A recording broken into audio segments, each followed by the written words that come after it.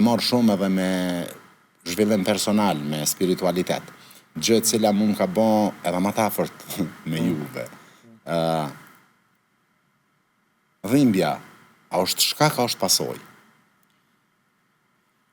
Dhimbja është pasoj e një stilit tjetës që te e ki.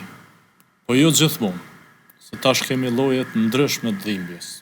Dhimbja mundet me orë të personat që janë shumë mirë me shëndet.